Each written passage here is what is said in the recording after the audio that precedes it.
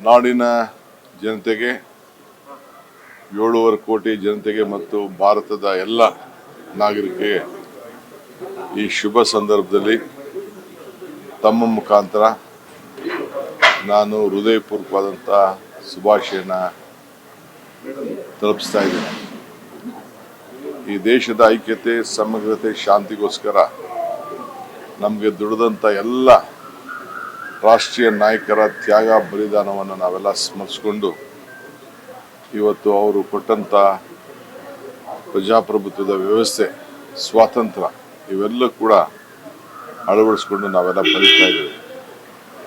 ಇಂದಿನ ಸಂದರ್ಭದಲ್ಲಿ ಪ್ರಪ್ರಥಮವಾಗಿ ನಾನು ಈ ರಾಜ್ಯದ ಮುಖ್ಯಮಂತ್ರಿಯಾಗಿ, ಜನರ ಒಬ್ಬ ಸೇವಕನಾಗಿ ಇವತ್ತು ಈ ರಾಷ್ಟ್ರಧ್ವಜವನ್ನು ರಾಜ್ಯದ ಜನತೆಯ ಪರವಾಗಿ ಆಚರಿಸಲು ಸಿಕ್ಕಿರೋದು ನಮ್ಮೆಲ್ಲರ ಭಾಗ್ಯ.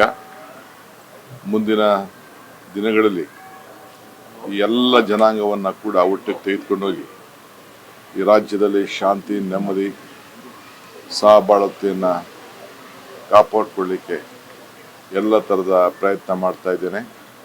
ನೀವೆಲ್ಲರೂ ಕೂಡ ಪುಟಾಣಿ ಮಕ್ಕಳಿಂದ ಹಿಡಿದು ಹಿರಿಯರವರು ಕೂಡ, ಮಠಾಧೀಶರಿಂದ ಹಿಡಿದು ಎಲ್ಲ ಅಧಿಕಾರಿಗಳು, ನಮ್ಮ ರಕ್ಷಣೆಯನ್ನು ಮಾಡ್ತಾ ಇರೋಂಥ ಎಲ್ಲ ನನ್ನ ಸೈನಿಕ ಬಂಧುಗಳು, ಕಾರ್ಮಿಕರು, ರೈತರು, ಎಲ್ಲ ವರ್ಗದವರು ಕೂಡ ಈ ಸಂಭ್ರಮವನ್ನು ಆಚರಣೆ ಮಾಡಿ ಈ ದೇಶಕ್ಕೆ ಶಾಂತಿಯನ್ನು ಮೂಡಿಸಬೇಕು ಅಂತ ಹೇಳಿ ನಾನು ಪ್ರಾರ್ಥನೆ ಮಾಡ್ತಾ ಇದ್ದೀನಿ.